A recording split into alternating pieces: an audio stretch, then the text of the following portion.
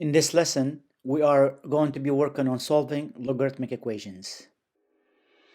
One of the most popular choices by parents in the Bay Area is Tutoring is Us. We offer college advising, tutoring services, SAT and ACT test prep all under one roof. Where hard work achieves dreams, Tutoring is Us is here to help. Let's start with problem number 21. It is the natural log 4x minus 7 equals to the natural log of x plus 11. We could say that to get rid of the natural log, we raise both sides to the e, and that will get rid of the logs. But we also, since there's a natural log over here, natural log over here, we could just take the quantities and make them equal to each other. So however you like, it would be the same. I just move my 7 to the other side. I have 4x equal to x plus 18 minus x minus x. 3x equals to 18. Divide by 3 by 3. And x equal to 6. For a log function, natural log or any log function, we need to go back and make sure that we are not going to get something that does not make any sense. As we know that logs cannot be zero or negatives. So the values of logs always have to be x greater than 0. And if we go ahead and try to substitute x equal to 6 here, we see that it is quite a bit far from conversion to a negative. So the solution is fine. Problem number 23. We have log base 2, 3x minus 4 equals to log base 2 of 5. Again, we could raise this to the 2 and to the 2. This cancels, or we could just grab them since they are to the same base. 3x minus 4 equal to 5 plus 4 plus 4. 3x equals to 9. I divide by 3, and x equals to 3. Let's make sure that this makes sense. So if I go ahead and substitute 3 for x, that's going to give me 9 minus 4 is 5, and anything else is north of that. It's not going to make a difference because this part is constant. So my solution is correct and holds. Problem number 25. Log base 2 4x plus 8 equals to 5. Now I don't have a log on the other side. So to get rid of my log and open up this quantity right here, I need to use the inverse property of the log, which is raising it to the same base.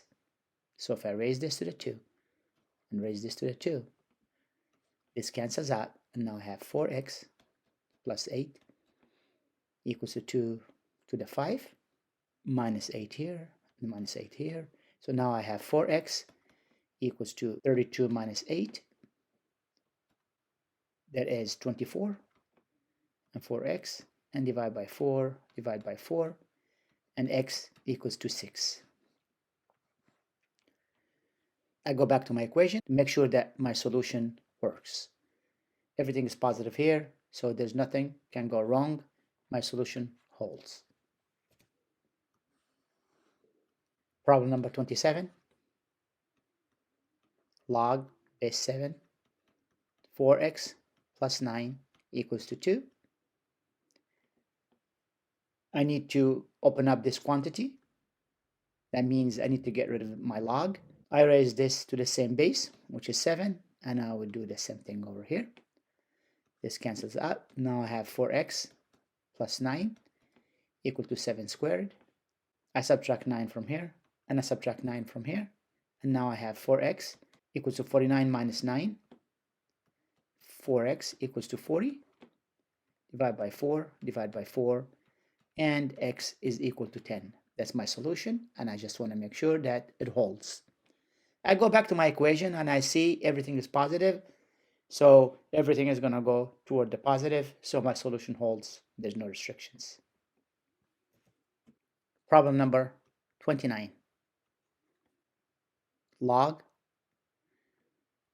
base 10, 12x minus 9 equals to log base 10, 3x. This is known as a common log, and that's why I said it's log base 10. So now again, I could raise this to the 10, and raise this 10 is not going to make a difference because I have the same logs on both sides. So this quantity will equal this quantity. So now I have 12x minus 9 equal to 3x. And I'll move my x that side, and I'll move my 9 to this side. 12x minus 3 is positive 9x equals to 9 divided by 9 by 9, and x equals to 1 as a solution. Now I go up and check for validity, and I see that if I put x equal to 1, that would be 12 times 1 is 12, minus 9 is 3, and so on.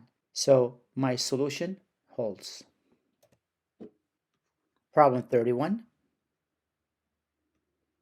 Log base 2, x squared minus x minus 6 equals to 2.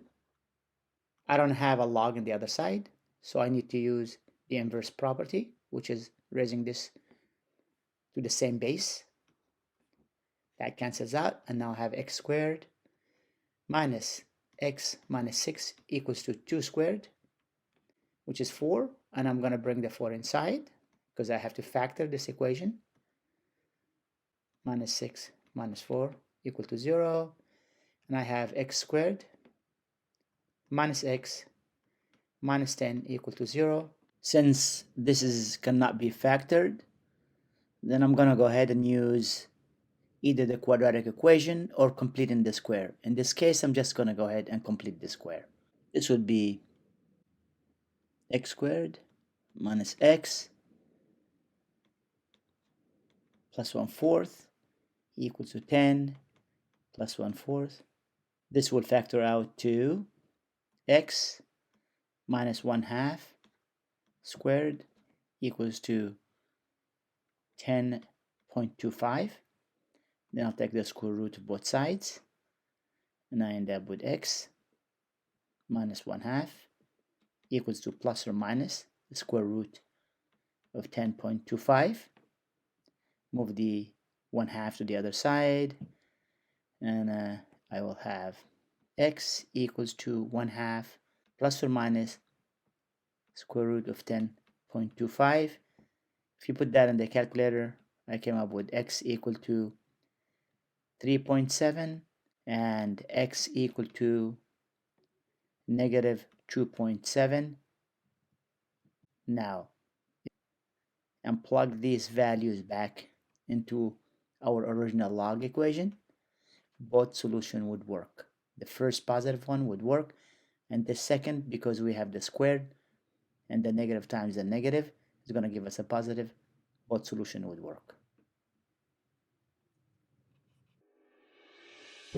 One of the most popular choices by parents in the Bay Area is Tutoring is Us.